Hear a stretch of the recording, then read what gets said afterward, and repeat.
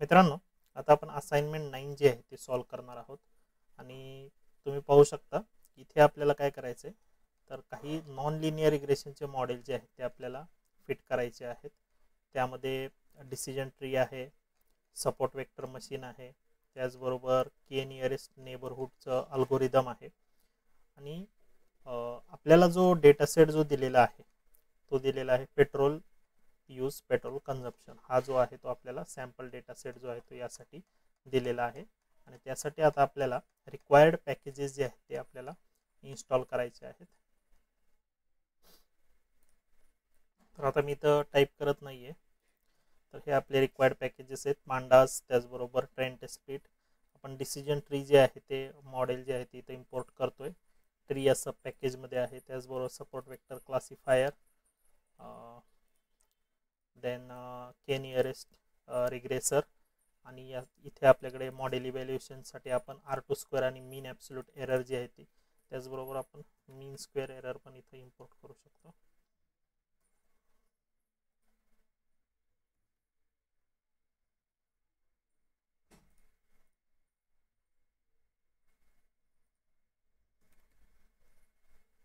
मीन square error, okay. मीन square error इथे import केलेले आहे. आता आपण डेटा सेट जो आहे तो इथे इम्पोर्ट करतोय.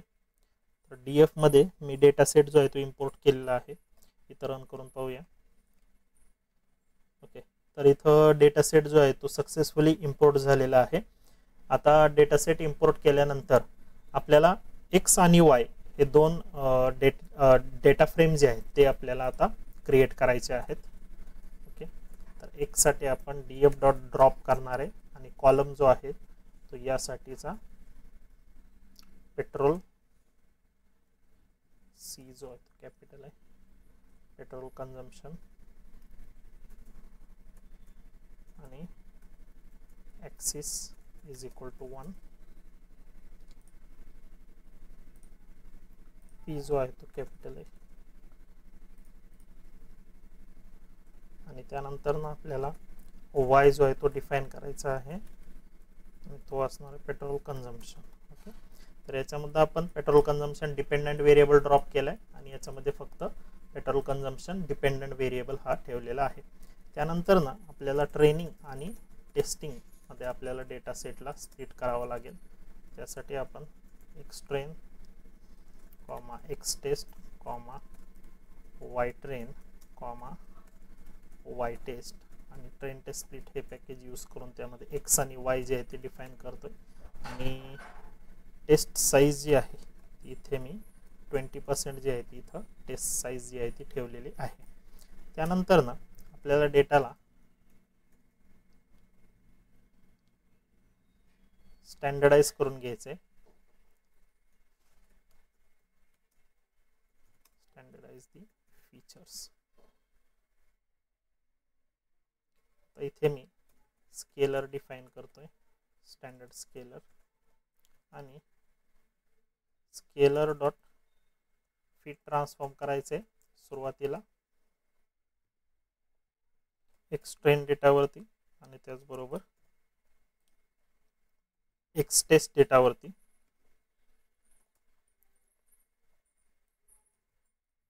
याला मी नाव देतोय एक्स ट्रेन स्केल्ड आणि याला मी नाव देणार आहे X test scaled.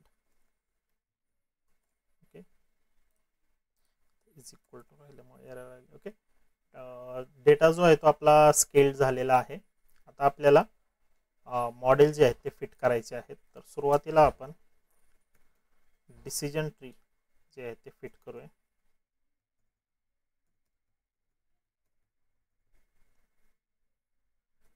Decision tree regression model इथं आपण फिट करणार आहे, कारण आपला जो डिपेंडंट व्हेरिएबल आहे तो कंटिन्युअस आहे. त्यासाठी मी इथं मॉडेल जे आहे डिसिजन ट्री इथं यूज केलेला आहे. त्याचबरोबर आता मी याला ट्रेन करतोय आपल्या स्केल डेटा सेटवरती, जो की माझा एक्स ट्रेन स्केल्ड आहे आणि त्यानंतर ना आपल्याकडे वाय ट्रेन आहे. त्यावरती मी डेटा जो आहे तो ट्रेन केलेला आहे. आता वाय प्रेडिक्ट करूया आपण. मॉडेल रिग्रेसर डॉट प्रेडिक्ट करतोय एक्सटेस्ट डेटासाठी. ओके, आणि यानंतर ना हे जे वॉर्निंग जे आहे त्याला तुम्ही इग्नोर करू शकता. आणि यानंतर ना आपण आता R2 स्कोर जो आहे तो कॅल्क्युलेट करणार आहे, जो की माझे ॲक्च्युअल वाय आहे आणि जो की माझा वाय प्रिडिक्टेड आहे. तर इथे तुम्ही पाहू शकता की डिसिजन ट्रीने आपल्याला निगेटिव्हमध्ये R² जो आहे तो दिलेला आहे, त्यामुळं एक चांगल्या प्रकारचा मॉडेल तर आपण म्हणू शकत नाही. ओके, त्यानंतर ना आता आपण सपोर्ट वेक्टर मशीनचं मॉडेल जे आहे ते आपण आता बिल्ड करणार आहोत. Support vector regression model. Okay, आता इथे आपण KNN मॉडेल जे आहे ते डिफाईन करूया. आणि इथे आपण K नेबर्स रिग्रेसर आणि इथं N नेबर्स म्हणून आता आपण स्टँडर्ड जे आहे ते 5 नेबर्स जे आहेत ते इथं डिफाईन केलेले आहेत. त्यानंतर ना या मॉडेलला मी फिट करणार आहे आपल्या ट्रेनिंग डेटा सेटवरती. मॉडेलला मी ट्रेन केलेलं आहे. त्यानंतर ना आपल्याला प्रेडिक्शन करायचं आहे. Y pred is equal KNN model dot predict of N X test. इथं आणि यानंतर ना आपण याचा R² जो आहे तो कॅल्क्युलेट करणार आहोत. तर तो आलेला आहे जस्ट निगेटिव्ह आलेला आहे. तर सपोर्ट वेक्टर मशीन सुद्धा आपल्याला काय देते, निगेटिव्ह R² जे आहे ते देत आहे.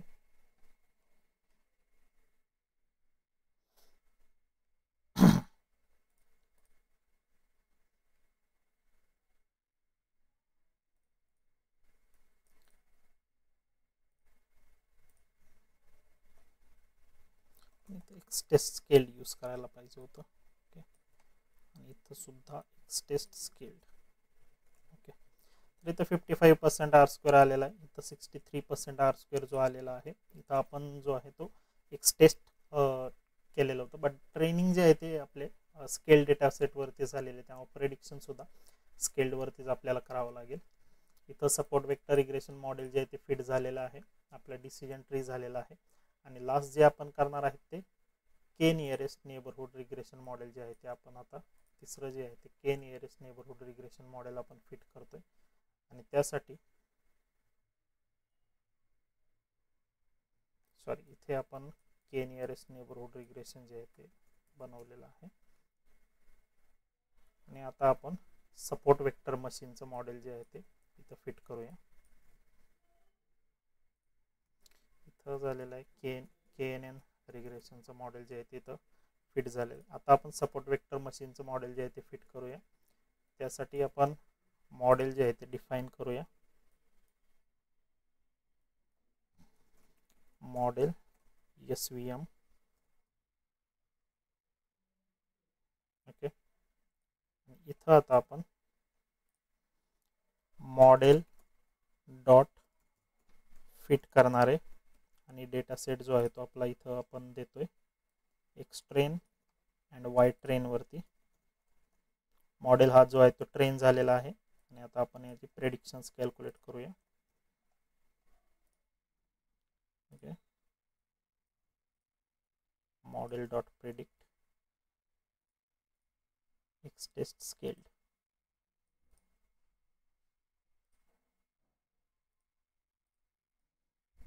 आणि इथं आपल्याला निगेटिव्हमध्ये R² जे आहे ते भेटलेलं आहे.